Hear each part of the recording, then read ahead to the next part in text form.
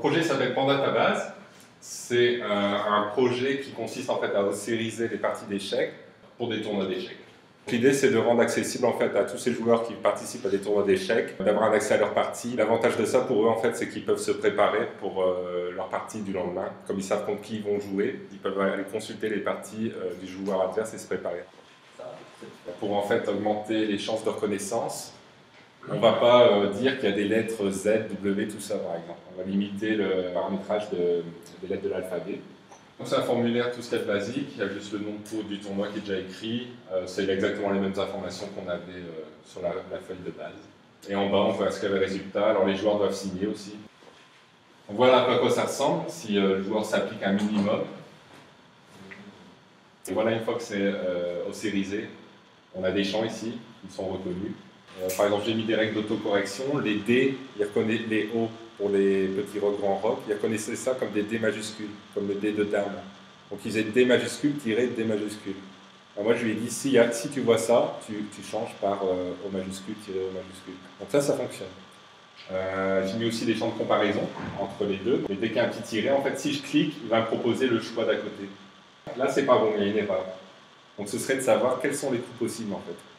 Ça permet déjà de limiter le dictionnaire, donc d'augmenter la reconnaissance, et ça permet aussi de valider la partie. Parce qu'en la lisant comme ça, s'il n'y a pas un échec à côté, moi je vais corriger les coups, si c'est mal écrit, je vais peut-être faire une erreur, et le PGN, s'il y a une erreur, il va dire, bah, un 20e coup, je bug, je ne sais pas quel est ce coup, c'est mal encodé. Les joueurs pourront télécharger les parties. La plupart des forts joueurs ont leur propre logiciel de visualisateur de parties d'échecs, avec toutes les fonctions. Donc il suffit qu'ils téléchargent les parties et c'est bon. Mais ce serait... Donc en fait, l'intérêt, ce serait qu'un joueur puisse voir une partie que deux autres joueurs ont fait. Oui, ou la sienne, exactement. Donc l'ancienne celle qu'il vient de faire dans l'après-midi, s'il veut l'analyser au soir en rentrant chez lui, bah, il n'a pas besoin de réencoder s'il a oublié. Si ce n'est pas un joueur très bon, il peut oublier quelques coups, il doit ressortir sa feuille. Dès que la partie est finie, l'idée c'est que moi je suis à côté de l'arbitre. Les feuilles de partie sont rendues à l'arbitre qui encode le résultat. Et moi je récupère les feuilles de partie et au fur et à mesure qu'elles arrivent, je les encode et elles arrivent sur le site internet. C'est une aide finalement. Et l'idée c'est que plutôt que tu passes 5 minutes à décrypter l'écriture de quelqu'un qui a mal écrit, que tu n'arrives pas à refaire la partie, que ça te prend 5 minutes fois 200 dans la journée, si tu es tout seul, c'est pas possible, tu ne fais pas tout. Donc là, l'idée, c'est que au lieu de passer 5 minutes, tu vas passer peut-être 1 minute, 30 secondes, 1 minute. L'arbitre, je l'ai dit, il encode le résultat, il donne la feuille, moi je le sérise, j'envoie la partie sur le serveur. Les joueurs ils reçoivent un mail disant que leur partie est accessible, 10 minutes après qu'ils aient joué, donc ils peuvent déjà l'avoir sur leur téléphone s'ils ont une connexion 3G. Soit ils s'enregistrent ou ils se loguent sur le site, comme ça. Bon, ça c'est des fonctions qui pourraient arriver après. Il y a des joueurs qui se disent oh, moi j'aime pas que ma partie soit sur internet, j'aime pas que les joueurs puissent voir ce que j'ai fait.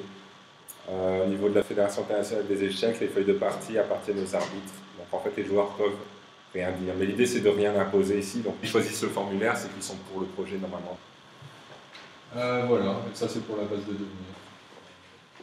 Voilà. Il y avait l'idée des QR codes aussi. En fait, c'est la continuité. C'est qu'une fois que la partie est faite, si on n'a pas Internet, donc on a un iPhone avec un lecteur de code QR, on scanne le QR code et la partie est intégrée dedans. Le souci, c'est que si on met ça dans un QR code, le QR code, il va faire 8 cm, il va être trop gros, quoi. Bon, ça va marcher, c'est bien, mais si on veut le mettre dans un petit bouquin pour faire genre, comme ça existe déjà en fait dans des revues, mais sauf que les petits QR codes qu'ils mettent de 2 cm, ce n'est pas des parties intégrées, c'est des liens qui redirigent vers un serveur internet. Ok, bah merci.